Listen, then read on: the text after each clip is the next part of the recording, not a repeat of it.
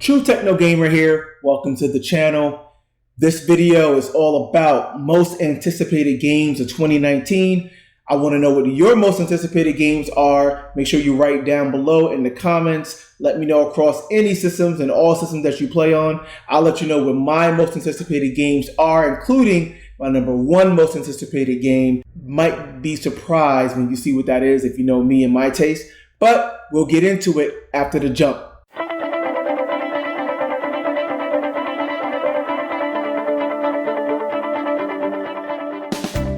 So here we are, halfway through, a little bit more than halfway through 2019 already. We've seen some great releases already so far in 2019. Games like Resident Evil 2 Remake, which was awesome. I actually did play that and beat that.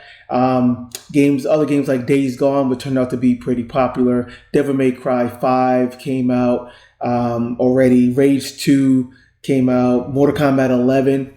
List goes on and on. There's been some great releases already this year, but looking forward in the second half of the year, what are some of the biggest games coming out and what are your most anticipated games? I'll go over my highlights for the biggest games coming out for the rest of the year, and then I'll end it with my pick for the number one most anticipated game of 2019 for me. 2019 is kind of an interesting year in gaming. Looking at the latter half, it's actually a kind of quiet, kind of muted year for gaming, and there's an obvious reason for that. We're on the eve of the next generation. So PlayStation 5 and next Xbox will be coming out fall of 2020. Both companies have already said that. So a lot of developers are already working hard on their next generation titles. And I'll do a future video coming soon where we'll talk about our picks for launch titles for next generation, right? So some games that are likely candidates to be out within the first 6 months or so of the next generation console launches, but that's still to come. But a lot of companies, especially the big companies like Ubisoft and Activision, and of course the first party companies within Microsoft and Sony are hard at work already on next gen. So they're kind of taking this year off in a way. So if you look, there's some big omissions that we're kind of used to seeing around the holiday time that are missing. There's no Battlefield game this year. There's no Assassin's Creed game this year, stuff like that. But we still have, some big staples and some games that have been anticipated for a while coming out this year. With that said, again, I'm going to focus on games that actually are releasing in 2019. We already can see that early 2020, and we saw this at E3 where almost everything that looked compelling was coming out in 2020, but early 2020 is already looking to be a blockbuster year. And it's funny how over the past few years, really, the first quarter of the year has become like the new holiday season, right, in gaming. So the first quarter of next year, we already see the likes of Final Fantasy VII Remake, Marvel's The Avengers game. We see The Last of Us Part 2. The new Ori game for Microsoft is coming out early next year, as well as Watch Dogs Legion, and of course Cyberpunk 2077, all within the first half of 2020. So huge games, and that's only the first half. So 2019, what's coming to 2019? Well, let's start with a big one. And an obvious one from Microsoft, Xbox, and Windows exclusive, Gears of War 5. So the next installment in the storied Gears of War franchise. I had an opportunity to play it at this year's E3. It does seem to be pretty cool. It does seem to be pretty fun. They only had the horde mode, the escape mode available, but that was actually pretty fun and pretty cool. So if you're a Gears fan, definitely look out for this one. It looks to be stellar, especially on the Xbox One X, where it will be a full 4K and 60 frames per second. The game is already looking great. Those guys have a great pedigree for producing some stellar visuals and just stellar presentation overall. So looks good. We haven't seen a whole lot of the story, but there'll be more to come with that one. Gears of War 5 is coming September 10th on Xbox and Windows PC, so look out for that one. Next, on the Sony side, as I mentioned earlier, we do have two first-party games coming out for this holiday. The first is Dreams, which actually is already out and somewhat of an early access on PlayStation 4.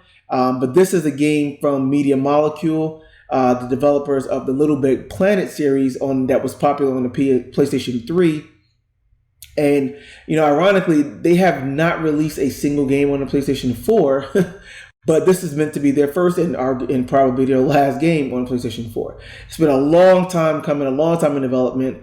It's kind of going through a bunch of different issues and cycles, but this game looks really awesome. Definitely check it out. This is going back to the play, create, motto that they pioneered with Little Big Planet. So the idea is that it gives you, the gamer, tools to basically create whatever game you want. And Dreams has the most comprehensive and powerful tool set to date. They have literally been stories of people creating full versions and full levels of games like Crash Bandicoot, Doom, Super Mario 64. I mean, it's pretty amazing. There really doesn't seem to be any limit to what games you can create with that tool set. So if you're into kind of like tinkering and creating games, definitely check out Dreams on the PlayStation 4. It doesn't have a specific full release date, but they are still saying 2019. Again, it's on early access right now, but look out for it sometime in the fall of this year. The second game from Sony is, of course, Death Stranding, which was really surprising when they announced that it actually is coming out this year. This is the next game from Hideo Kojima, creator of Metal Gear Solid.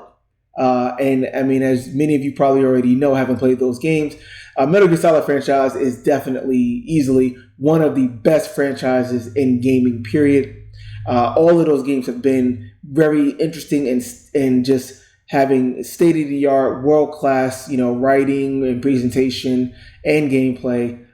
After parting ways with Konami in what was a pretty documented divorce, so to speak, he went ahead and partnered with Sony and created a new studio, and they're using the Decima engine, which is the engine that is created by the Killzone developers, Guerrilla Games, which has already been used in, of course, Killzone and Horizon Zero Dawn. It also was used in Until Dawn, and now it will be used in Death Stranding. So it's making the rounds within the Sony first-party studios. It's a really great engine. It looks great.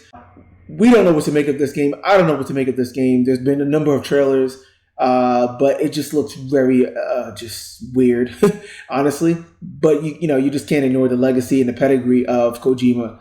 Definitely keep an eye out on it. It's too early to say how it really will turn out. I would not be surprised if it turns out to be a Game of the Year contender.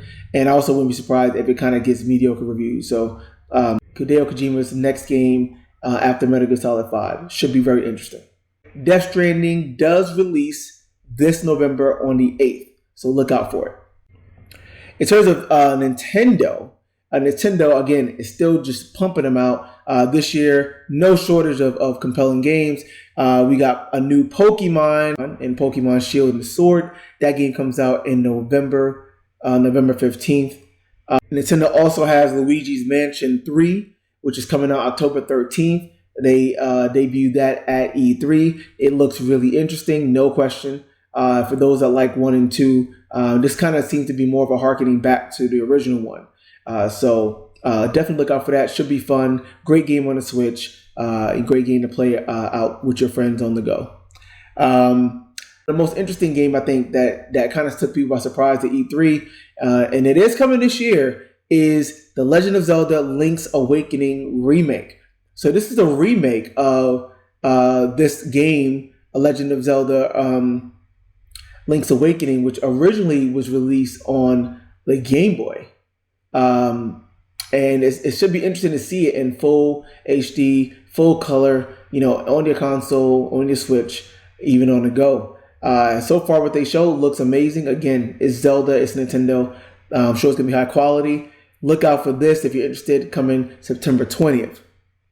Now, in terms of third parties, there's also some big games coming out in this fall and this holiday season for third parties. Borderlands 3 is coming out from Gearbox, coming out September 13th. Again, sequel to the popular Borderlands 1 and 2 games. One of the games that kind of pioneered like the loot shooting genre, if you want to call it that, which Destiny and Destiny 2 eventually kind of took to the next level. But Borderlands 3 looks pretty good. Should have tons and tons of gameplay. Be playing that forever. So look out for that September on pretty much every platform coming out. Also, EA's one big game coming out this year, well, coming out in the second half of this year, is Star Wars Jedi Fallen Order. They showed a full gameplay clip at E3, announced that it's coming out November 15th.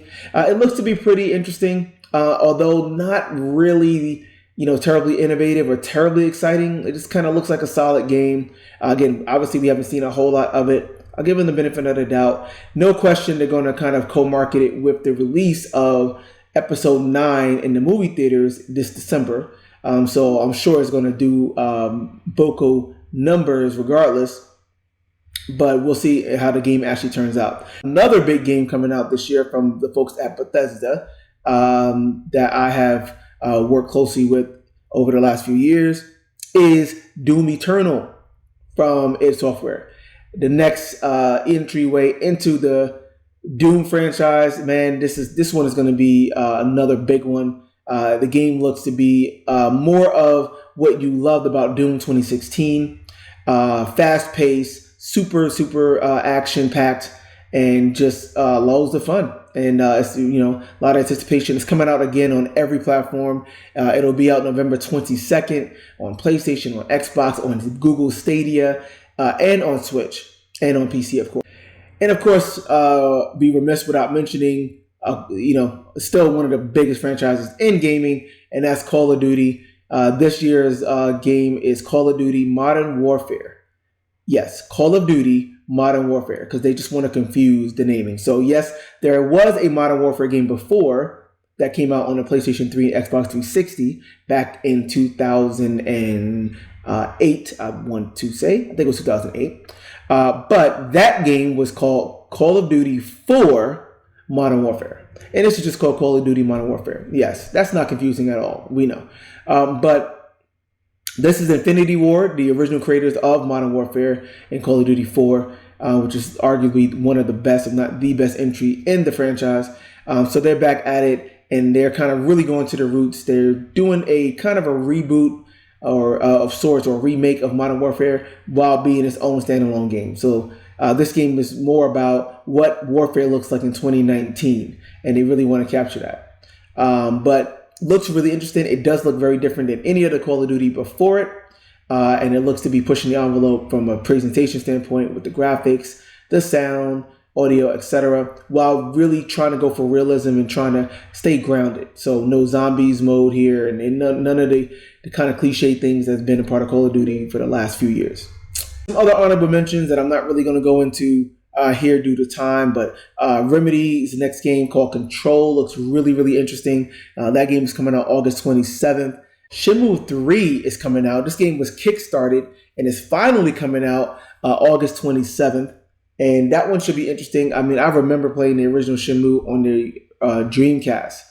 Man, it was such an experience back then. It'll be interesting to see what that game actually looks like and how people respond to it. So keep an eye out for that. Shenmue 3, August 27th as well.